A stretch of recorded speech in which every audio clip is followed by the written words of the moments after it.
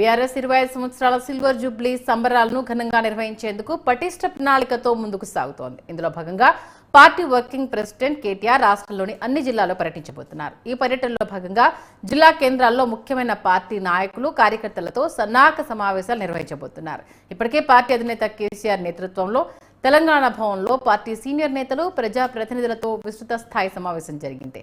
ఇందులో భాగంగా వరంగల్లో లక్షలాది మంది పాల్గొనబోతున్న భారీ బహిరంగ సభను విజయవంతంగా నిర్వహించబోతున్నట్లు పార్టీ ప్రకటించింది. ఇక బీఆర్ఎస్ సిల్వర్ జూబ్లీలో భాగంగా అనేక కార్యక్రమాలు, సంబరాలు నిర్వహిస్తూ పార్టీని మరింత బలోపేతం చేసే దిశగా కార్యాచరణ రూపొందించారు. అదే సమయంలో రాష్ట్ర ప్రభుత్వం తెలంగాణ ప్రజలకు ఇచ్చిన హామీల అమలును నిర్లక్ష్యం చేస్తున్న తీరుపై కూడా చర్చించేందుకు వ్యూహాత్మక కార్యాచరణ రూపొందిస్తున్నారు. ఈ క్రమంలో ఈ నెల 20న సూర్యాపేట జిల్లా కార్యకర్తలతో, 23న కరీంనగర్ జిల్లా నాయకులతో ప్రత్యేక సమావేశాలు నిర్వహించబోతున్నారు.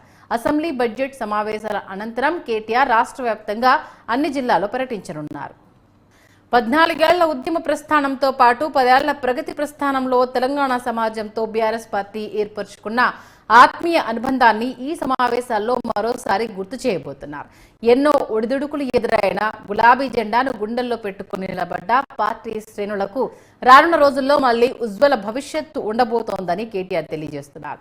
ఏడాదిన్నరలోనే తీవ్రమైన ప్రజా వ్యతిరేకతను మూటగట్టుకున్న కాంగ్రెస్ సర్కార్పై ప్రజలు తీవ్ర అసంతృప్తితో ఉన్నారని, ప్రస్తుతం తెలంగాణ ప్రజల భరోసా బీఆర్ఎస్ పైనే ఉందని, కేసీఆర్ గారి నాయకత్వంపై మరింత నమ్మకం పెంచుకున్నారని కేటీఆర్ స్పష్టం చేయనున్నారు.